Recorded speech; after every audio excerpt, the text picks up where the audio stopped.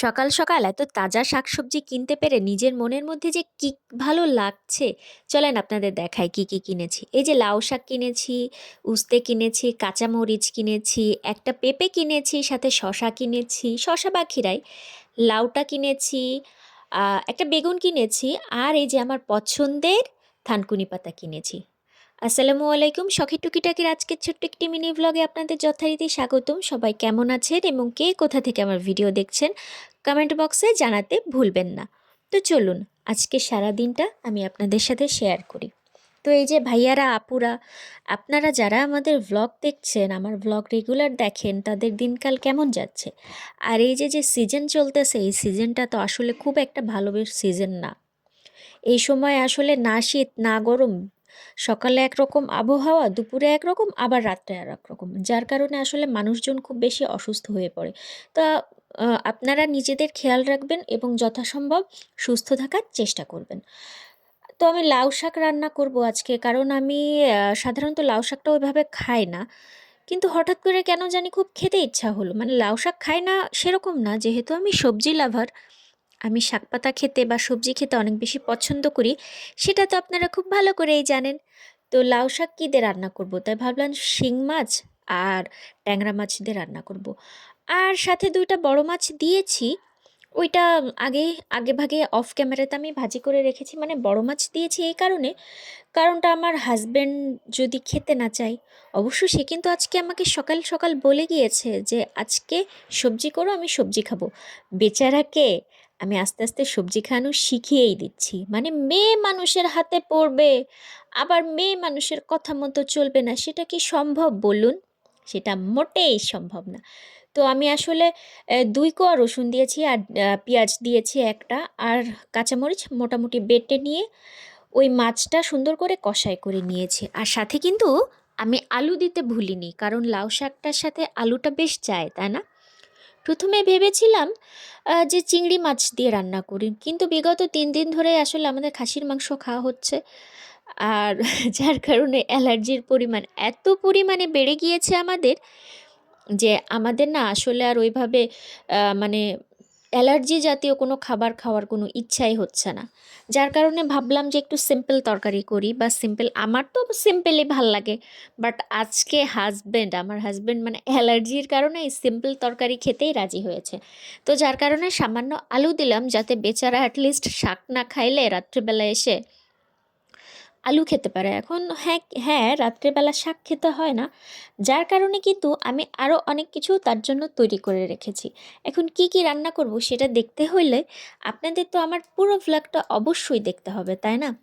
আর আমি এই কষানো মাছটা উঠিয়েই কিন্তু এই আলুটা খুব সুন্দর করে কষিয়ে নিচ্ছি, কারণ আলুটা যদি ঠিকমতো কষানো না হয়, তাহলে না মানে শাকের সাথে মিক্স হবে না ভালো একটা, মানে কেমন একটা আলুনি আলুনি গন্ধ আসে, কাঁচা কাঁচা গন্ধ আসে।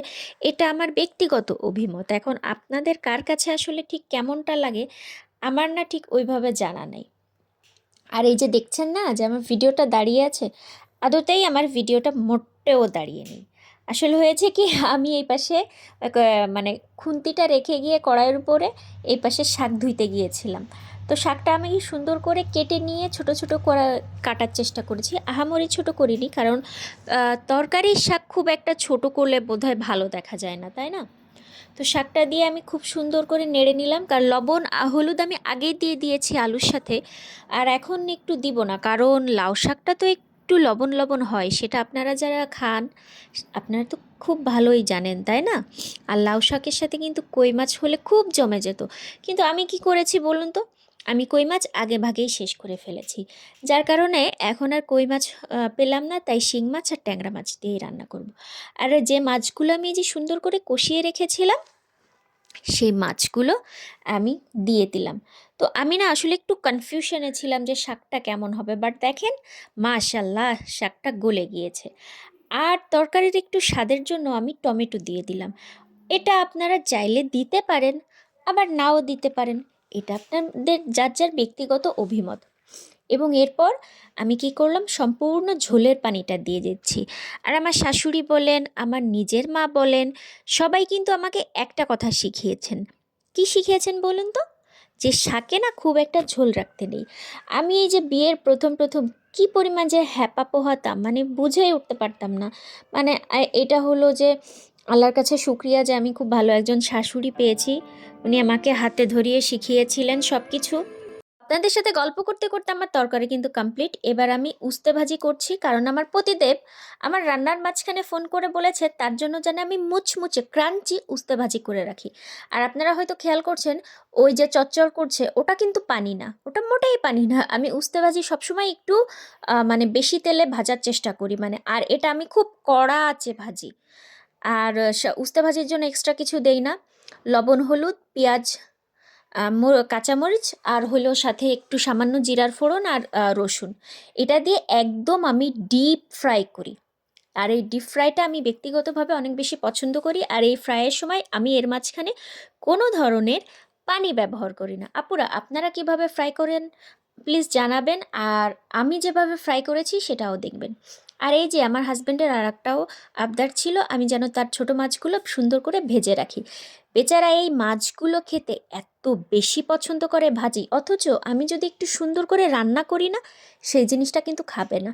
কেমন লাগে বলেন তো? মানে মানুষ দুইজন, অথচ দুই রকম পছন্দ। কিছু করার নাই, তার কথা মতো আমি এই যে মুচমুচে কড়কড়ে যেটাই বলি সেইভাবেই ভেজে রেখেছি। আর দেন নিজের জন্য তো কিছু করা চাই, তাই না? তো এই যে থানকুনি পাতা, এক ক রসুন, একটা কাঁচামরিচ আর লবণ দিয়ে এরপরে সামান্য কালো জিরা দিয়ে আমি বেটে নিয়েছি। আমি এটা খুব বেশি পছন্দ করি, আমি এটা কাঁচাই খাই। আপনারা চাইলে তেলে ভেজে নিতে পারেন। তো আজকের মতো আমার ভিডিওটি সবার কেমন লাগলো কমেন্ট বক্সে জানাতে ভুলবেন না। আর যারা আমার রেগুলার ভিডিও দেখেন তাদের সকলকে অনেক বেশি ধন্যবাদ। এভাবেই আমাকে সাপোর্ট করবেন, সামনে এগিয়ে যেতে সাহায্য করবেন। তো আজকের মতো আল্লাহ হাফেজ, সবাই ভালো থাকবেন। আসসালামু আলাইকুম।